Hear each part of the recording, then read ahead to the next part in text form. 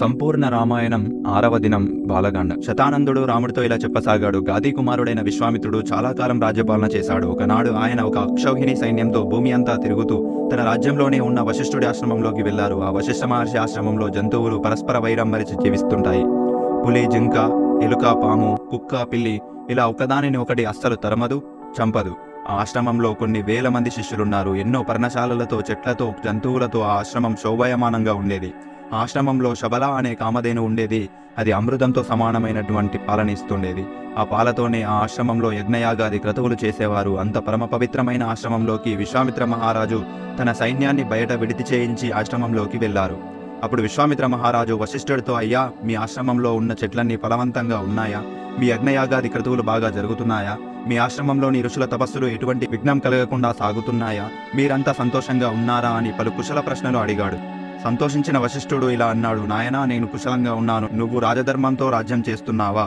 ఇక్కడ రాజధర్మం అంటే ఎంత పన్ను ప్రజల దగ్గర నుంచి పుచ్చుకోవాలో రాజు అంత మాత్రమే పుచ్చుకోవాలి. ఆ పుచ్చుకున్న ద్రవ్యంలో ఒక్క పైసా కూడా దుర్వినియోగం చేయకుండా ఆ ధనాన్ని వృద్ధి చేయాలి. అప్పుడు దాన్ని అవసరంలో ఉన్న వాళ్ళకి ఇచ్చి దేశక్షేమాన్ని కోరుకోవాలి. దీనినే రాజధర్మం అని అంటారు. మరియు నీ సామంతులందరూ నీకు లొంగి ఉన్నారా? శత్రువులను జయించావా? నీ మంత్రులు నీకు సహాయపడుతున్నారా? అని పలు విషయాలను ప్రస్తావించిన తరువాత కొంతసేపటికి విశ్వామిత్రుడు, ఇక నేను వెళ్తాను అని అన్నాడు. అప్పుడు వశిష్ఠ మహర్షి ఇలా అన్నారు, ఈ భూమిని పరిపాలించే నువ్వు నాకు అతిథులలో శ్రేష్ఠుడివి కనుక నా ఆతిథ్యం తీసుకోవాలన్నాడు. మీరు నాకు చేతులు కాళ్ళు కడుక్కోవడానికి మరియు తాగడానికి నీళ్ళిచ్చారు. మీరు తినే తేనె, కందమూలాలు నాకు పెట్టారు. అలాగే నాకు మీ దర్శనం కూడా అయ్యింది. ఇంతకంటే నాకు ఏం కావాలి? ఇక మీరు శ్రమ తీసుకోవద్దు అని విశ్వామిత్రుడు అన్నాడు. అలా కాదు, మీరు నా ఆతిథ్యం స్వీకరించాల్సిందే అని వశిష్ఠ మహర్షి అన్నాడు. సరే, మీ ఇష్టమని విశ్వామిత్రుడు అన్నాడు. అప్పుడు వశిష్ఠ మహర్షి శబలని పిలిచి, చూసావా, మన ఆశ్రమంలోకి ఈరోజు విశ్వామిత్ర మహారాజు గారు వచ్చారు. నువ్వు ఆయనకి, ఆయన అక్షౌహిణి సైన్యానికి ఉత్తమమైన భోజనం ఏర్పాటు చేయాలి. ఎవరెవరికి ఏది కావాలో నువ్వు అది ఏర్పాటు చెయ్యి అని అన్నారు. ఆ శబల ఎవరెవరి మనసులలో ఏమేమి కావాలని అనుకుంటున్నారో గ్రహించి చెరుకు కర్రలు, తేనె, పానీయములు, కొండలంతా ఎత్తున్న సన్నని అన్నరాశులను, కొరుక్కు తినేవి, తాగేవి, నాకేవి, కూరలు, పచ్చళ్ళు, పులుసులు, పల్లరసాలు, పాలు, తాంబూలాలు మొదలైనవి సిద్ధం చేసింది. శబల సృష్టించిన భోజనాన్ని ఆ సైనికులందరూ భుజించారు. అందరూ ఈ భోజనం ఎంత బాగుందో అని అనుకున్నారు. మళ్ళీ మన జీవితంలో ఇలాంటి రుచికరమైన భోజనం ఎప్పుడు చేస్తామో అని ఆవురావురమంటూ తిన్నారు. ఒక గోవు ఉత్తర క్షణంలో ఇంతమందికి సరిపడా భోజనాన్ని సృష్టించేసరికి విశ్వామిత్రుడు ఆశ్చర్యపోయాడు. ఆయనకి మెల్లగా ఆ శబల మీద వ్యామోహం పెరిగింది. ఆ శబలని తన సొంతం చేసుకోవాలని. అప్పుడు ఆయన వశిష్ఠ మహర్షితో, నేను మీకు 1,00,000 ఆవుల్ని ఇస్తాను, మీరు నాకు శబలని ఇవ్వండి అని అన్నాడు. అయితే విశ్వామిత్రుడు నాకు లంచం ఇవ్వాలని చూస్తున్నాడు అని వశిష్ఠ మహర్షి గ్రహించారు. వశిష్ఠుడు నవ్వి, నేను నీకు శబలను ఇవ్వలేను అని అన్నాడు. విశ్వామిత్రుడికి మెల్లగా క్రోధం పెరిగి ఇలా అన్నారు, రాజ్యంలో ఎక్కడన్నా రత్నాలు ఉంటే అవి రాజుకే చెందుతాయి. రాజు దగ్గర విలువైనది ఉండాలి. చాలా విలువైనది రత్నమైతే ఇంత విలువైన శబల కూడా రత్నమే. నా సొత్తు అయిన ఈ రత్నాన్ని నువ్వు ఉంచుకున్నావు. అందుకే ఇప్పుడు నేను ఆ రత్నాన్ని తీసుకెళ్తున్నాను అని అన్నాడు. నాయనా విశ్వామిత్ర, ఈ ఆవు ఒక రత్నం. దీనిని విలువగా దాచుకోవాలని అనుకుంటున్నావు, కానీ దేవతారాధనకి, పితృదేవతారాధనకి పాలు ఇస్తుంది. నా ప్రాణయాత్ర దీనితో జరుగుతుంది. ఈ ఆశ్రమంలోని యజ్ఞాలు, విద్యాభ్యాసం సమస్తము ఈ శబల మీద ఆధారపడి ఉంది. కాబట్టి నేను ఈ ధేనువుని నీకు ఇవ్వలేను అని వశిష్ఠ మహర్షి అన్నారు. అప్పుడు విశ్వామిత్రుడు, నేను నీకు మెడలో బంగారం తాడులున్న 14,000 ఏనుగులను ఇస్తాను. 800 బంగారు రథాలను ఇస్తాను. ఆ ఒక్కో రథానికి స్వర్ణాభరణములతో అలంకరించబడ్డ 4 గుర్రాలు ఉంటాయి. అలాగే గొప్ప గొప్ప జాతులకి చెందిన 11,000 గుర్రాలు ఇస్తాను. 1,00,00,000 గోవుల్ని ఇస్తాను. బంగారము, వెండి ఎంత కావాలో నువ్వే అడుగు, నేను ఇచ్చేస్తాను అన్నాడు. ఇవన్నీ విన్న వశిష్ఠ మహర్షి, నేను ఇంకా ఏమీ మాట్లాడను అని అన్నారు. ఆగ్రహించిన విశ్వామిత్రుడు, ఆయన ఇవ్వడమేంటి, నేను పుచ్చుకోవడమేంటి? అడిగినా కొద్దీ బెట్టు చేస్తున్నాడు. ఈ రత్నం నాకు చెందినది అని ఆ శబల మెడలో తాడు కట్టి సైనికులకిచ్చి తీసుకెళ్లమన్నాడు. వాళ్ళు దాన్ని ఈడ్చుకెళ్తుంటే ఆ శబల ఏడ్చింది. ఇంత జరుగుతున్న వశిష్ఠుడు మాత్రం అలానే నిశ్శబ్దంగా ఉన్నాడు.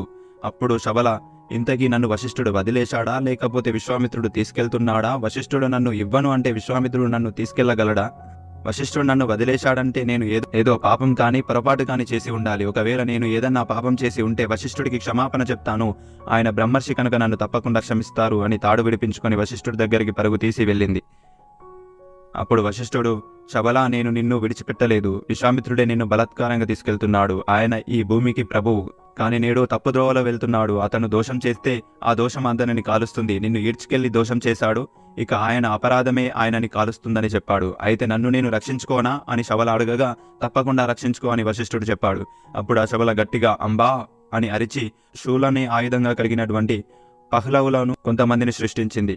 వాళ్ళు విశ్వామిత్రుడి సైన్యాన్ని నాశనం చేయడం మొదలుపెట్టారు. ఇది గమనించిన విశ్వామిత్రుడు కత్తి పట్టుకుని యుద్ధరంగంలో వెళ్లి చాలా మంది పల్లవులని సంహరించాడు. ఆ శబల పల్లవులతో పాటు యవనులని సృష్టించింది. వాళ్ళందరూ కలిసి విశ్వామిత్రుడి సైన్యాన్ని తుడి చేయడం ప్రారంభించారు. అప్పుడు ఆ శబల వశిష్ఠుడితో, చూశారా, ఆయన నాకు ఎదురు తిరిగాడు, ఇప్పుడు ఓటమి అంచులలో ఉన్నాడు అని అన్నది. అయితే నువ్వు ఇక యథేచ్ఛగా సైన్యాన్ని సృష్టించు అని వశిష్ఠుడు అన్నాడు.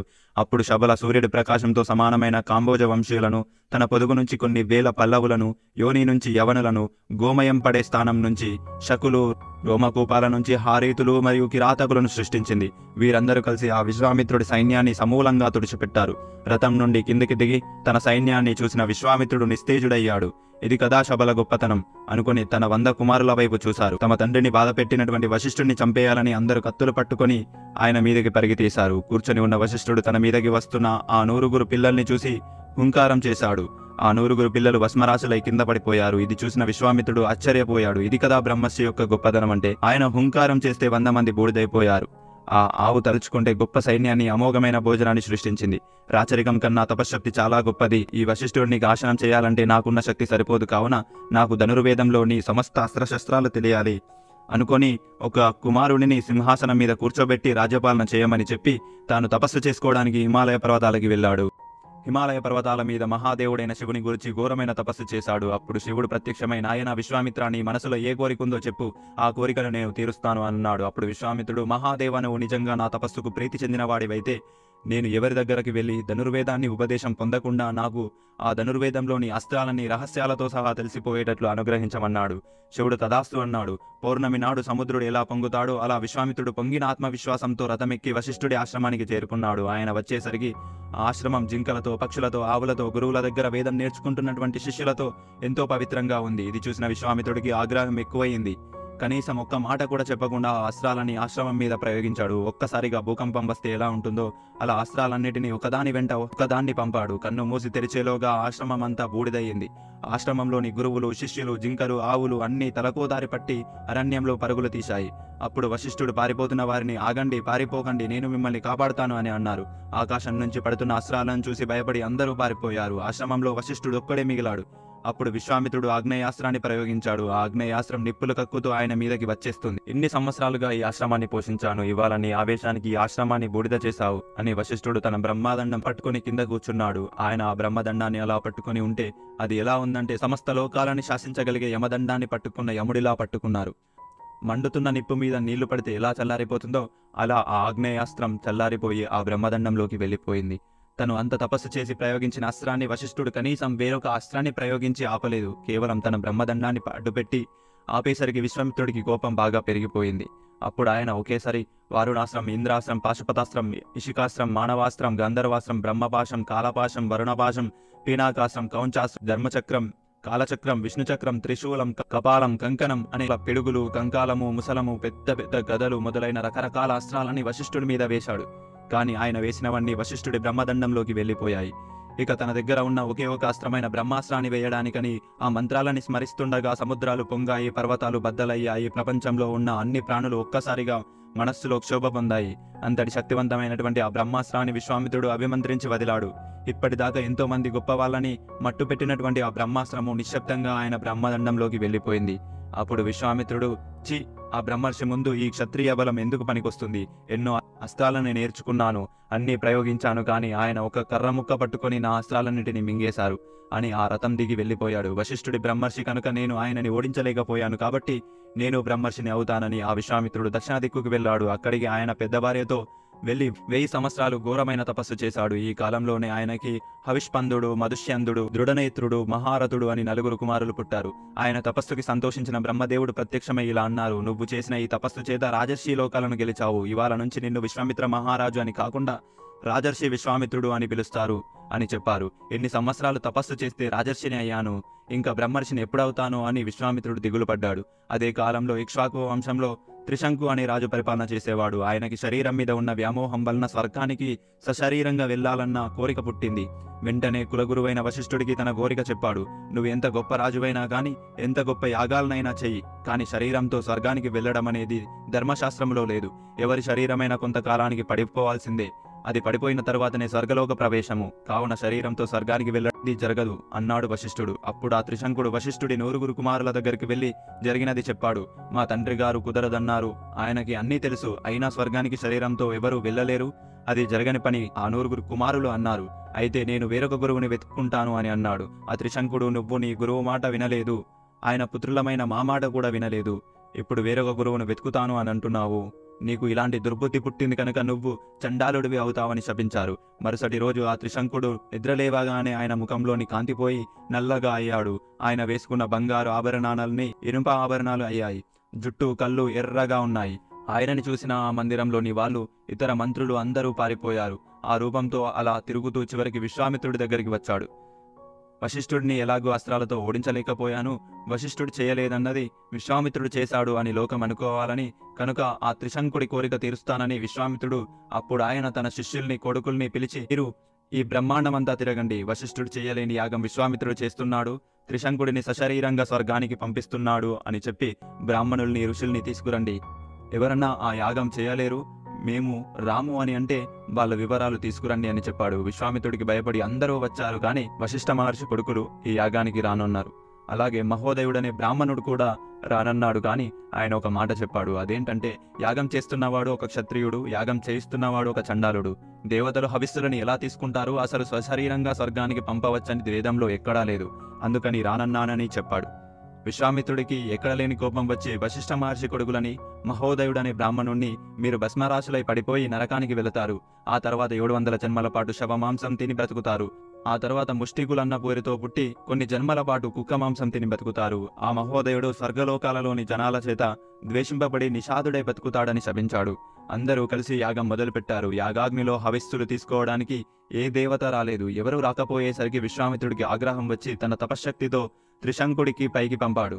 త్రిశంకుడు ఆకాశ మార్గంలో ప్రయాణిస్తూ స్వర్గలోకం వైపు దూసుకుపోతున్నాడు. ఈ విషయం దేవేంద్రుడికి తెలిసి ఆయన, త్రిశంక, నువ్వు గురుశాపానికి గురయ్యావు, నీకు స్వర్గలోక ప్రవేశం లేదు, తలకిందులుగా కిందికి పో అని అన్నాడు. ఆ త్రిశంకుడు అలా తలకిందులుగా భూమి మీదకి తోసేయబడ్డాడు. కిందకి పడిపోతూ ఆయన విశ్వామిత్రుడిని ప్రార్థించగా విశ్వామిత్రుడు మిగిలిన తపశ్శక్తితో దక్షిణ దిక్కున నక్షత్ర మండలాన్ని సృష్టించాడు, సప్తర్షులని సృష్టించాడు. కానీ దేవతలు అప్పటికీ కూడా రాకపోయేసరికి దేవతలను కూడా సృష్టిద్దామని అనుకుంటుండగా దేవతలందరూ వచ్చారు. మహానుభావ, శాంతించు, ఎంత తపశ్శక్తి ఉంటే మాత్రం ఇలా వేరే స్వర్గాన్ని సృష్టిస్తావా?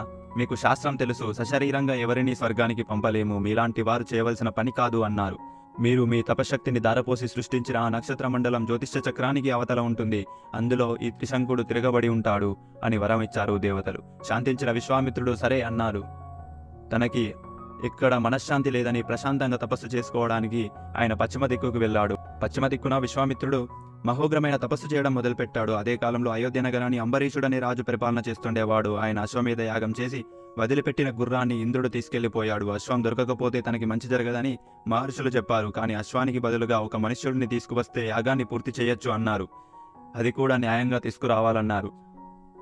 ఒక మనిషిని తీసుకురావడం కోసం అంబరీషుడు బయలుదేరగా ఒక చోట భృగుతుంగమనే పర్వత శిఖరం మీద రుచీకుడనే ఒక ఋషి భార్య పిల్లలతో కూర్చొని ఉన్నాడు. అప్పుడు ఆ అంబరీషుడు వాళ్ళ దగ్గరికి వెళ్లి, తన యాగాశ్వం అపహరణకు గురైనందుకు గాను నాకు ఒక యాగ పశువు కావాలి, మీకున్న పిల్లలో ఒక్కడిని ఇచ్చి నన్ను అనుగ్రహించండి అని అన్నాడు. అప్పుడు ఆ ఋషికుడు ఇలా అన్నాడు, పెద్ద కొడుకు ధర్మ సంతానం, పునలో చేసుకున్న పుణ్య ఫలితాన్ని పెద్ద కొడుకుగా ఇస్తారు కాబట్టి నేను వాడిని ఇవ్వలేను అని అన్నాడు.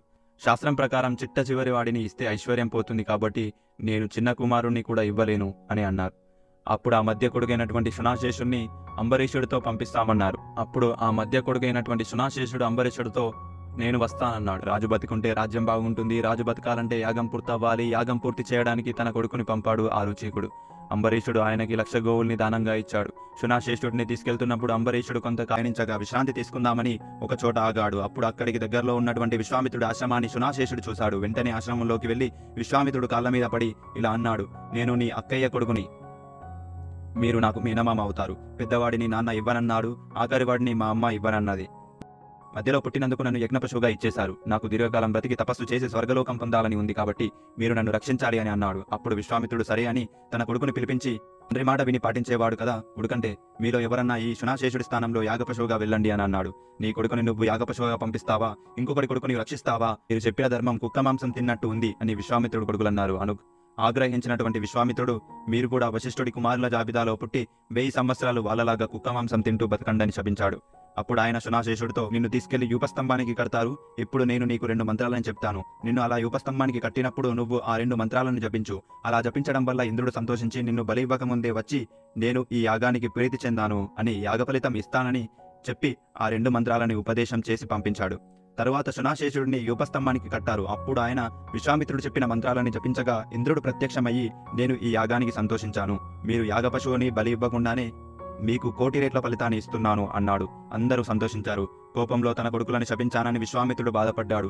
ఈసారి ఎవరితో మాట్లాడకుండా తపస్సు చేస్తానని మళ్లీ 1000 సంవత్సరాలు తపస్సు చేయడం ప్రారంభించాడు.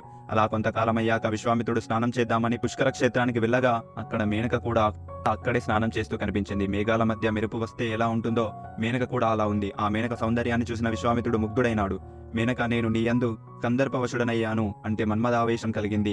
అందుకని నువ్వు నా ఆశ్రమానికి వచ్చి నా కోరిక తీర్చు అన్నాడు. మేనక సరే అనింది. అలా మేనకతో క్రీడిస్తూ 10 ఏళ్లు గడిచిపోయాయి. 10 సంవత్సరాల తర్వాత విశ్వామిత్రుడికి అసలు తను ఎందుకు రాజ్యాన్ని వదిలిపెట్టి వచ్చాడో గుర్తొచ్చింది. ఆ మేనకతో ఏదో ఒక రోజు లేకపోతే 2 రోజులు అనుకున్నాను, కానీ ఇలా 10 సంవత్సరాలు గడిచిపోతాయి అనుకోలేదు. నా మనస్సుని దేవతలు వక్రీకరించడానికి ఈ మేనకని పంపారు అనుకుని కోపంగా మేనక వైపు చూశాడు. కానీ ఇంతలో శాంతించి, ఇందులో నీ తప్పేముంది అని మేనకని వెళ్ళిపోమన్నాడు. ఈసారి ఇంకా జాగ్రత్తగా తపస్సు చేయాలని ఉత్తర దిక్కుకి వెళ్లి తపస్సు చేయడం ప్రారంభించాడు. ఉత్తర దిక్కున కౌశికీ నది పక్కన కూర్చొని ఘోరాతిఘోరమైన తపస్సు 1000 సంవత్సరాలు చేశాడు. 1000 సంవత్సరాలు తపస్సు చేశాక దేవతలతో కలిసి బ్రహ్మరాజు ప్రత్యక్షమై, నేను నీ తపస్సుకు చాలా ఆనందించాను. ఇక నుంచి అందరూ నిన్ను మహర్షి అని పిలుస్తారని అన్నాడు. ఈ మాట విన్న విశ్వామిత్రుడికి బాధ కానీ సంతోషం కానీ కలగలేదు. ఇన్ని 1000 సంవత్సరాలు తపస్సు చేస్తే ఇప్పటికీ మహర్షిని అయ్యాను. ఇక బ్రహ్మర్షిని ఎప్పుడవుతాను అనుకుని బ్రహ్మగారిని, నేను నా ఇంద్రియాలను గెలిచానా అన్నాడు.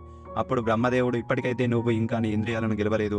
ఇంద్రియాలను గెలవడం అంత తేలిక కాదు అని అన్నాడు. మెల్లగా విశ్వామిత్రుడు కృపగా వశిష్ఠుడి మీద నుంచి తన ఇంద్రియాల మీదకి వెళ్ళింది. తను అనవసరంగా వశిష్ఠుడి మీద క్రోధాన్ని పెంచుకోవడానికి, మేనకతో కామానికి లొంగడానికి తన ఇంద్రియాలే కారణమని గ్రహించాడు. మళ్లీ ఘోరమైన తపస్సు చేయడం ప్రారంభించాడు. ఈసారి ఎండాకాలంలో తన చుట్టూ 4 పక్కల అగ్నిని పెట్టుకుని తలపై నుంచి సూర్యుడు వంక చూస్తూ చేతులెత్తి తపస్సు చేశాడు. వానాకాలంలో నడుముదాకా నీళ్లలో ఉండి తపస్సు చేశాడు. విశ్వామిత్రుడు చేస్తున్న ఈ తపస్సుని చూసిన దేవేంద్రుడు ఆయనను రక్షించాలని రంభని పంపాడు. రంభ భయపడి వెళ్ళనంటే నానా రకాలుగా నచ్చజెప్పి పంపించాడు. మరుసటి రోజు విశ్వామిత్రుడు స్నానం చేద్దామని వెళ్తుంటే ఆయనకి అప్పుడే స్నానం చేసి బయటకొస్తున్నటువంటి రంభ కనిపించింది. చెట్లన్నీ వసంత ఋతువులలో ఎలా పూలతో ఉంటాయో అలా పూలతో కలకలలాడుతున్నాయి. కోకిల పాట కూడా వినిపించింది. విశ్వామిత్రుడికి అనుమానం వచ్చింది. ఇది వసంత ఋతువు కాకపోయినప్పటికీ చెట్లన్నీ పూలతో ఉన్నాయి, కోకిల పాట పాడుతుంది. అయితే ఇదంతా ఇంద్రుడు నా తపోభగ్నానికి చేస్తున్న ప్రయత్నం అని గ్రహించి కోపంతో ఇలా అన్నాడు, నన్ను ప్రలోభ పెడదామని వచ్చిన ఓ రంభ, నువ్వు 10,000 సంవత్సరాలు రాయివై పడుండు అని శపించాడు. తరువాత కొంతసేపటికి శాంతించి, అసలు రంభ చేసిన తప్పేముంది, నేను మళ్లీ క్రోధానికి లోనయ్యాను. ఇంద్రుడు పంపిస్తే ఆమె వచ్చింది. రంభ అడగకుండానే ఒకనాడు ఒక బ్రహ్మర్షి నీకు శాప విమోచనం కలిగిస్తాడు అని అన్నాడు. విశ్వామిత్రుడు తన ఆశ్రమానికి వెళ్లి ఆలోచించాడు. నా శత్రువులు ఎక్కడో లేరు, నాలోనే ఉన్నారు. ఈ కోపము కామము నాకు కలగడానికి నా మనస్సు కారణం. ఆ మనస్సు నా ఊపిరి మీద ఆధారపడి ఉంది. అందుకని ఊపిరిని తీసి బయటికి వదలను. యోగాలో ఒక ప్రక్రియ అయినటువంటి కుంభకం చేస్తాను. అలాగే ఈ శరీరానికి అప్పుడప్పుడు కోరికలు కలగడానికి కారణం నా శరీరం కొంచెం దృఢత్వం ఉండడం వల్ల. కనుక కుంభకం వస్తే నా శరీరం ఒక పుల్లలా అవుతుందని తూర్పు దిక్కుకు వెళ్లి బ్రహ్మాండమైన తపస్సు మొదలుపెట్టాడు. అలా 1000 సంవత్సరాలు కుంభకంలో ఉండి తపస్సు చేసేసరికి ఆయన శరీరం ఒక పుల్లంత సన్నగా అయింది. తన శరీరాన్ని నిలబెట్టుకోవడానికి కొంత కబాలాన్ని తిందామని అనుకుంటుండగా ఇంద్రుడు ఒక బ్రాహ్మణ రూపంలో వచ్చి, అయ్యా, నాకు బాగా ఆకలిగా ఉంది, మీ దగ్గరున్నది నాకు కొంచెం పెడతారా అని అన్నాడు. వచ్చిన వాదుడు ఇంద్రుడని విశ్వామిత్రుడికి అర్థమైంది. కానీ ఈసారి ఆయన ఇంద్రియాలకి లొంగలేదు. ఇంద్రుడు తింటే ఏంటి, నేను తింటే ఏంటి అనుకుని ఇంద్రుడికి ఆ కబాలాన్ని ఇచ్చి మళ్లీ కుంభంలోకి వెళ్లి తపస్సు చేయడం ప్రారంభించాడు. అలా విశ్వామిత్రుడు తపస్సు చేస్తుండగా ఆయన బ్రహ్మస్థానం నుంచి ఆయన తపోశక్తి పొగగా బయలుదేరింది. ఆయన తపోధూమం సమస్త లోకాలని కప్పేసింది. సముద్రాలు కదలడం ఆగిపోయాయి. సమస్త ప్రాణులు క్షోభించాయి. ఇక ఈ స్థితిలో విశ్వామిత్రుడు ఎవరూ కదపలేరు. ఆయనని శత్రువు లేడు, మిత్రుడు లేడు. ఆయనకి అంతటా అపరబ్రహ్మమే కనిపిస్తుంది. అప్పుడు దేవతలతో కలిసి బ్రహ్మగారు వచ్చి, ఓ కౌశిక, నీ తపస్సుకి సంతోషించాను. నువ్వు బ్రహ్మర్షివయ్యావు. దేవతలందరితో కలిసి నేను నిన్ను బ్రహ్మర్షి అని పిలుస్తున్నాను. నీకున్న సమస్త కోరికలు తీరుతాయి. నీవు దీర్ఘాయువంతుడవైతావు అన్నారు. అప్పుడు విశ్వామిత్రుడు బ్రహ్మగారితో, నేను బ్రహ్మర్షిని అయిన మాట నిజమైతే నాకు ఓంకారము వషట్కారము వాటంతటా అవి భాషించాలి అన్నాడు. ఓంకారము వషట్కారము భాషిస్తే తాను ఒకరితో వేదం చెప్పడానికి అర్హత పొందుతాడు. అలాగే తాను కూర్చొని యజ్ఞం చేయడానికి అర్హత పొందుతాడు. ఎందుకంటే విశ్వామిత్రుడు పుట్టుక చేత క్షత్రియుడు గనక ఇవన్నీ అతనికి తెలియదు. అలాగే ఎవరి మీద కోపంతో నేను బ్రహ్మర్షిని అవ్వాలన్న పట్టుదలతో ఇన్ని సంవత్సరాలు తపస్సు చేశానో ఆ వశిష్ఠుడితో బ్రహ్మర్షి అని పిలిపించుకోవాలని ఉందన్నాడు. బ్రహ్మగారు సరే అన్నాడు. అప్పుడు దేవతలు వశిష్ఠుడిని తీసుకురాగా ఆయన విశ్వామిత్రుని చూసి బ్రహ్మర్షి విశ్వామిత్ర అని పిలిచారు. అప్పుడు విశ్వామిత్రుడు ఆ వశిష్ఠుడి కాళ్ళు కడిగి పూజ చేశాడు. ఏ వశిష్ఠుడి మీద కోపంతో ప్రారంభించాడో ఆ వశిష్ఠుడి కాళ్ళు కడగడంతో విశ్వామిత్రుడు బ్రహ్మర్షి అయ్యాడు అని శతానందుడు రాముడితో చెప్పాడు. బ్రహ్మర్షి అవ్వడానికి, కామక్రోధాలను జయించడానికి మీ గురువు ఎన్ని సంవత్సరాలు తపస్సు చేశాడో, ఎంత కష్టపడ్డాడో, ఇలాంటి గురువుని పొందిన రామ, నువ్వు అదృష్టవంతుడివి అన్నారు.